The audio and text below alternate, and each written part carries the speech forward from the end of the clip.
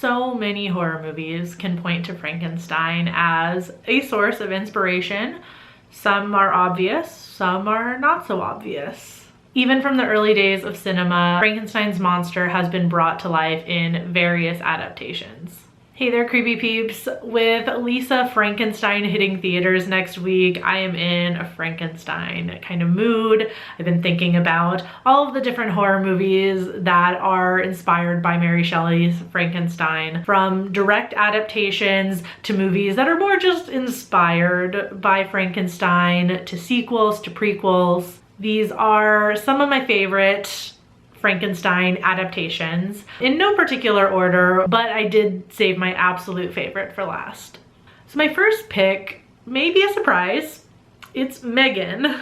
Allow me to explain. One of the core themes of Mary Shelley's original novel is the ethical and moral implications of scientific advancement. Victor Frankenstein's ambition leads to disaster and prompts us as the reader to reflect on the responsibilities that come with scientific discovery. In Megan, Gemma creates the perfect toy that will also serve as an emotional support system for the children that use it. A seemingly perfect solution for Gemma's niece, Katie, who just lost both of her parents. As we find out in the movie, Megan takes her job to protect Katie's emotional well-being so seriously to the point of deadly consequences, and the only solution is for creator to turn on their creation. Next on my list is Edward Scissorhands. So after being abandoned by his creator, Frankenstein's monster is left to navigate the real world without any knowledge of societal customs, propriety, or even a knowledge of his own strength. Edward similarly finds himself without his creator and having to navigate the real world. He's portrayed with a childlike innocence and vulnerability that reminds me of the scene where Frankenstein's monster encounters the little girl who offers him a flower, and they play together. Both characters' lack of exposure to the outside world makes them naive and trusting, and they both struggle to navigate the complexities of human relationships. Another one that is definitely inspired by Frankenstein is May. The obvious connection lies in the fact that both May and Victor Frankenstein build new life out of body parts from corpses. While Victor's motivations lean more on the side of wanting to create life out of death, wanting to play God, May simply wants a companion. Which I feel like that distinction kind of makes May as a movie similar to Bride of Frankenstein as well. So Frankenstein's monster is a symbol of societal rejection and isolation. His journey explored the human condition where it concerns empathy and compassion and the consequences of societal pressures. And what I love about the movie May is that she kind of starts off the movie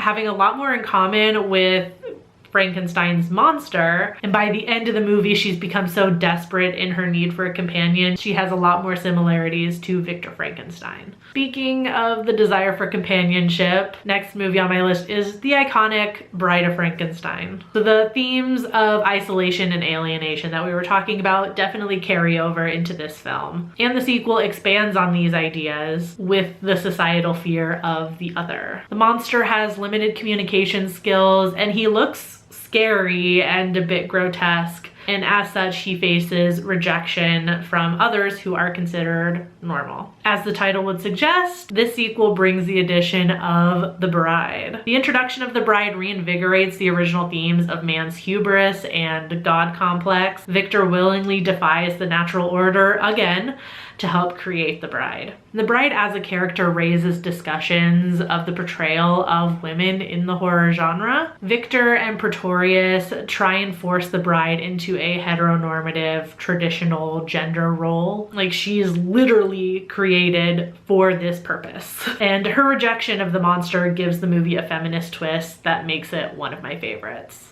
Next on my list is the sweetest adaptation out of all of these, and that is Frankenweenie. For all of the dark and heavy themes that we've been talking about in this video, man's hubris, scientific advancement, God complexes, Frankenweenie takes these and turns them on their head with the most heartwarming story that most people, I think, can probably relate to. I'm willing to bet most of us here probably wouldn't ever go so far as to build a human body out of corpses and inject life into that being and play God, but some of us might consider doing that to bring back a beloved pet. Frankenweenie explores the emotions of love and loss through the lens of scientific exploration when Victor brings Sparky back to life, showcasing the powerful connection between pets and their owners. That's not to say this movie doesn't show the consequences of Victor's actions, because while there are positive consequences to what he does, there are also negative consequences. But I can't help but root for this Victor Frankenstein. All the other ones are annoying and have a god complex, but this Victor's okay.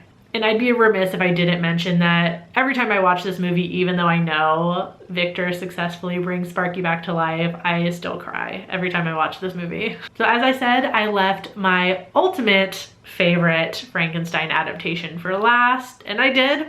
And that honor goes to Frankenhooker. I've talked a lot already about Frankenstein's overall themes of alienation and social rejection. The townspeople reject Frankenstein's monster, and they even form a mob to destroy him because he is the other, representing societal outcasts and marginalized groups. Frankenhooker kind of takes those themes and turns it into a cultural critique on attitudes of sexuality and the commodification of the feminine body. Jeffrey's decision to use the body of sex workers and perfect Elizabeth's image when he brings her back to life is a satirical approach to how society views and treats sex workers and how the feminine body is constantly objectified. So what did we learn today, class? Mary Shelley's Frankenstein really started it all. Mother was mothering, and she really said, I'm gonna shape the landscape of horror films for generations to come. You're welcome. If you love Frankenstein as much as I do, you can check out my video on the influence of Frankenstein in contemporary horror literature. And of course, please share your favorite Frankenstein adaptations in the comments. I'll see you soon with a new video. Until then, stay strange. Bye.